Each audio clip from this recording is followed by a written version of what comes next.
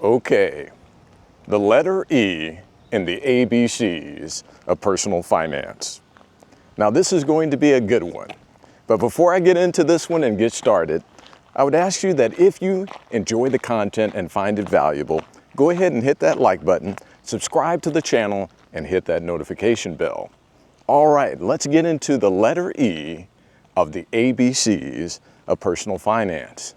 And this is a part of a series where we look at different letters of the alphabet. And right now we're going to be at the letter E and have some words that pertain to personal finance that start with the letter E. Let's get into it, okay?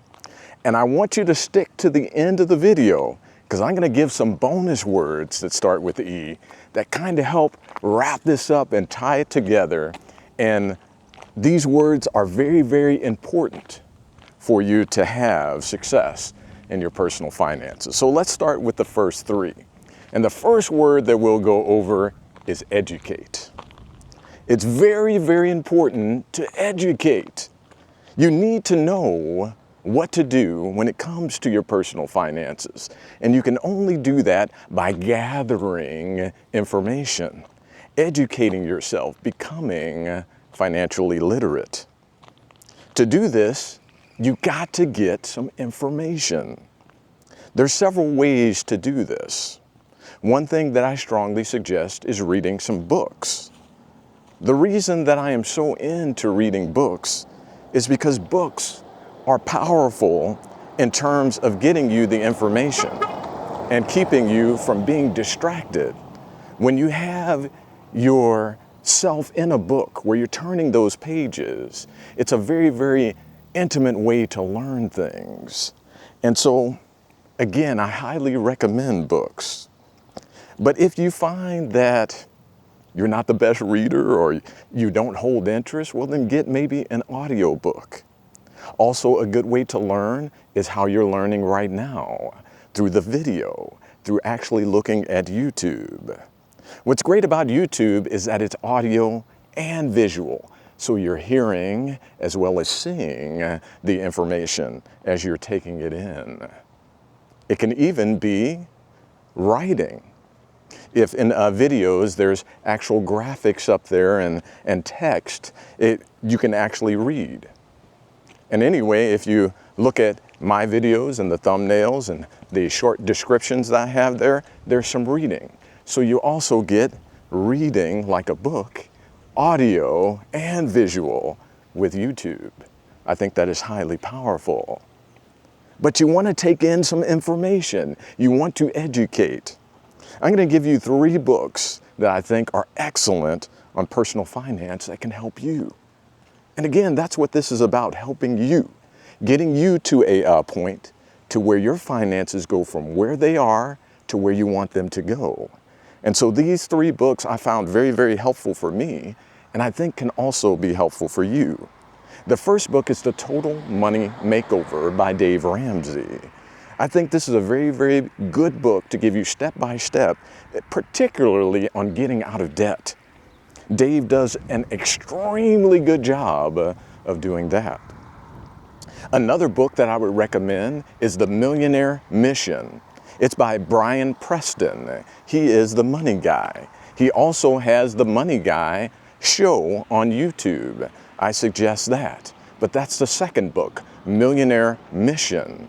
A very, very good book that gives you a step-by-step and also gives you how to get to that millionaire status, Millionaire Mission. It's right there in the title.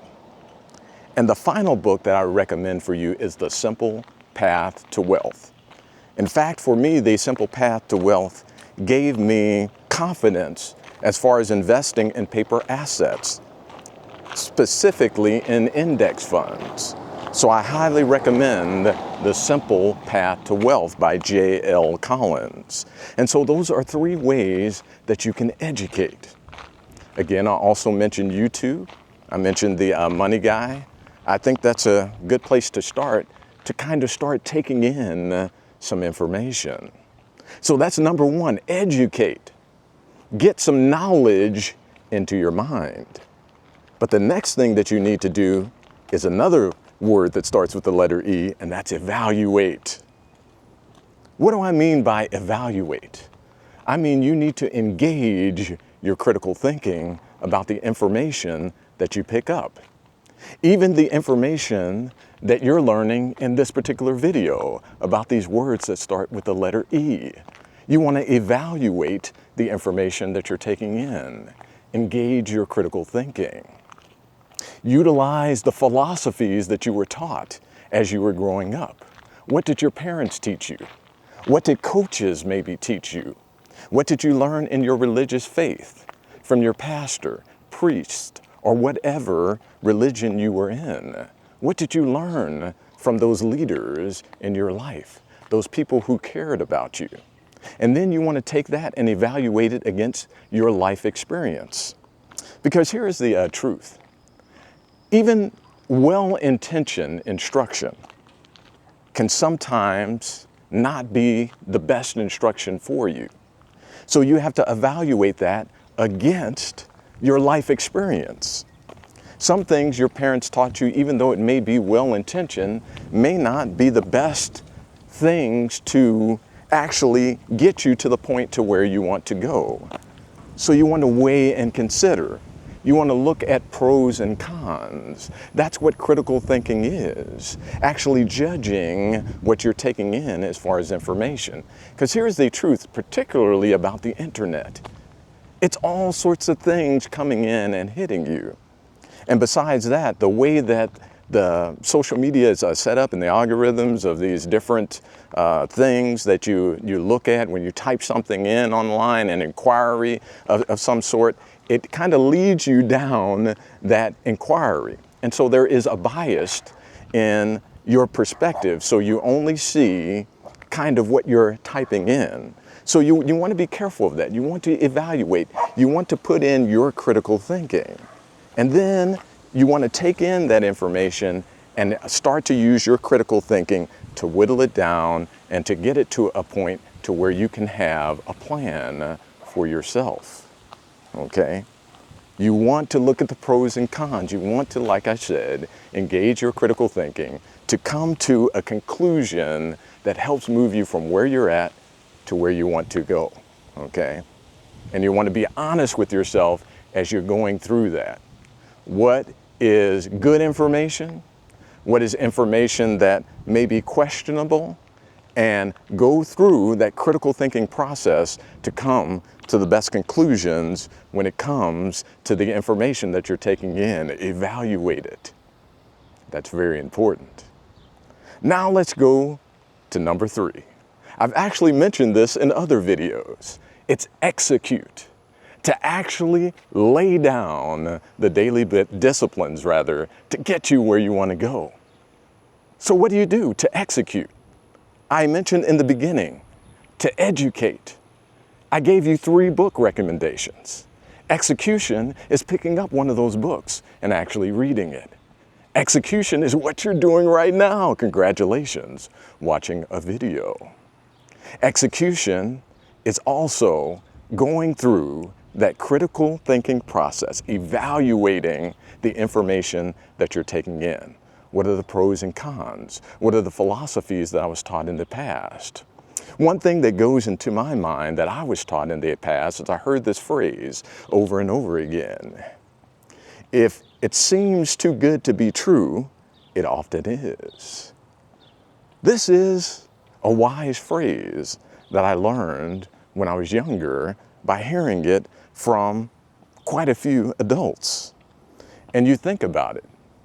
When you're looking at things online, particularly business opportunities or ways to make money, if someone comes and tells you that you can get to a 6-figure salary in 90 days by just implementing their program, that's probably too good to be true. It sounds good, but you need to really be careful and evaluate what's going on. Let's say that someone has an opportunity to invest in something, and they say that you have a guaranteed 20% return from here on by investing in whatever their product is. That sounds good, but is most likely too good to be true. So you want to engage your critical thinking and evaluate that. But you want to execute that evaluation. And then finally, when you whittle things down, you just want to execute on a daily basis your plan. Now, I told you in the beginning that I was going to have some bonuses for you, words that start with the letter E. And the first bonus is to eliminate. That's an awesome word that starts with E, eliminate. You want to eliminate the unnecessary things. And even to go deeper, you want to eliminate the detrimental things.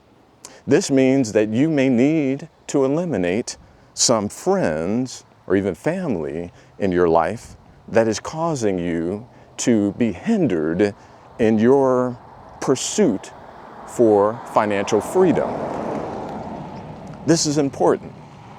Now, I don't advocate getting rid of friends and family, but you want to be careful what you're taking in from them, particularly if it's negative, particularly if they are just critical about your financial journey.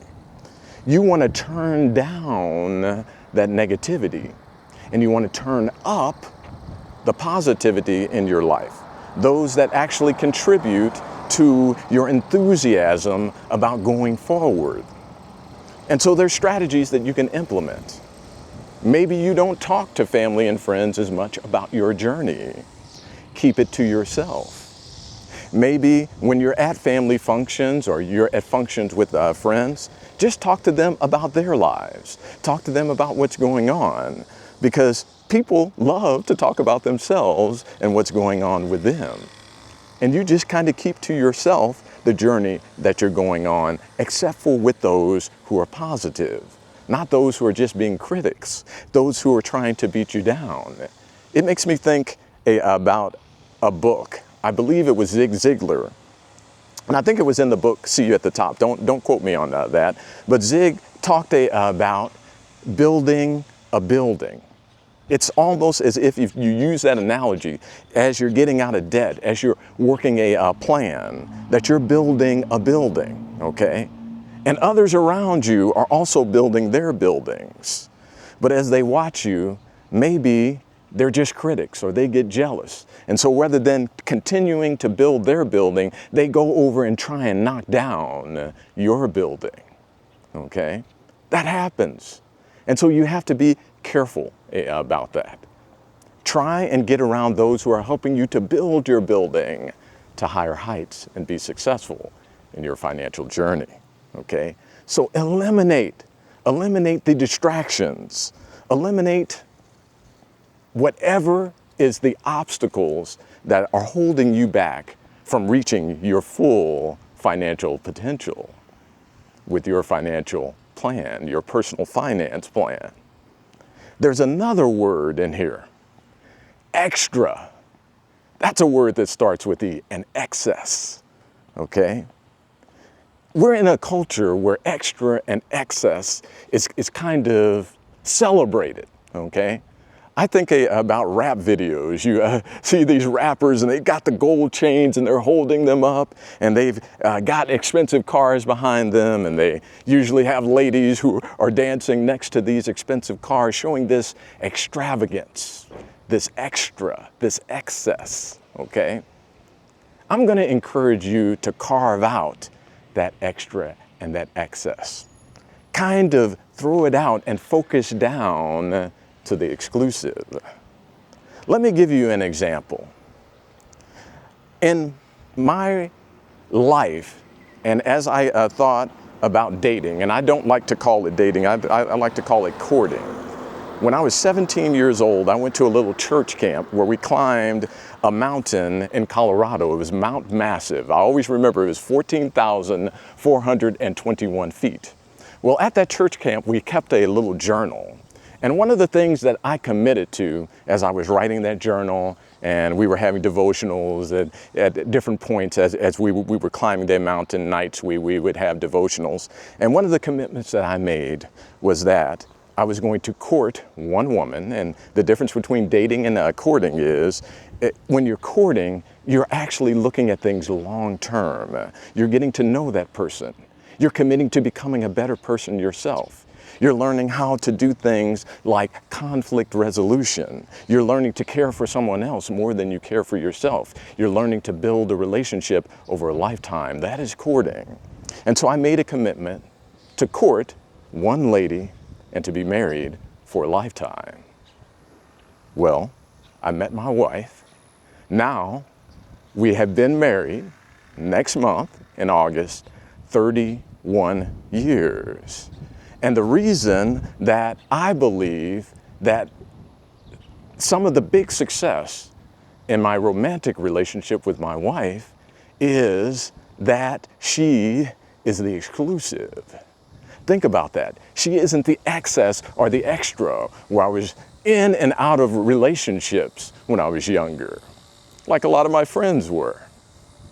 It's funny, I talk to young men even now about dating and how they tend to go in and out of relationships, where they're in this one physical relationship and then they're in another physical relationship, one after another. And then they finally meet the one, the serious one, the one that they want to have a long-term relationship with. And then they're like, oh, okay, now I'm going to be exclusive. Now it's going to be just this one. But unfortunately, they've laid down a foundation of bad habits of going in and out of relationships, concentrating on their own selfish desires. That one looks good, I'm gonna run after that one. That young lady looks good, I'm gonna run after her. And they end up in all of these physical relationships, and when they finally get to the one that's serious, that's exclusive, they have all of those bad habits that they've laid down over time. This is difficult. That's why a high number of relationships that are marriages can end up in divorce, because these poor habits are laid down. These poor habits are formed over time. It is so much better to have an exclusive. And I kind of put that towards your personal finances. Cut the fat. Cut out all of the excess. And that's even in your life in terms of all of these extra things that don't even bring you satisfaction. There's a concept called the hedonic treadmill, meaning that whatever happens in your life, good or bad, things tend to come back to the norm. Or in other words, it's no longer exciting or anything like that. After you purchase a brand new car, over some time, it does not have the excitement and the thrill factor that it does. It just kind of goes back to normal. That's the hedonic treadmill. And so you're always looking for something else. And so cut that excess. Find out what's truly important in your life and work towards the exclusive. Work towards your exclusive financial plan. Read the books. Watch the YouTube, you know. Get the audio book maybe and listen to it. Do what you need to bring in information. Whittle that information down to your specific plan that works for you. And you do that through your critical thinking, through looking at your philosophies, things that you were taught in the past, and make your exclusive financial plan. I'm thinking about a newspaper when they say that they have an exclusive story. That is very, very special that they have that exclusive. And that's what you want to have, your exclusive financial plan. I hope this one helps. Educate yourself. Become financially literate. Evaluate your plan. Engage your critical thinking and execute on a regular basis. And finally, put together that exclusive plan. Eliminate the negativity as much as you can. Pull in the positive, those that encourage you and keep you excited about your plan. And you will have financial success. I hope you enjoyed this little venture into the letter E of the ABCs of personal finance. Thanks again for listening. Give this video a thumbs up if you enjoyed the content, subscribe to the channel, and hit that notification bell. Thanks again for listening.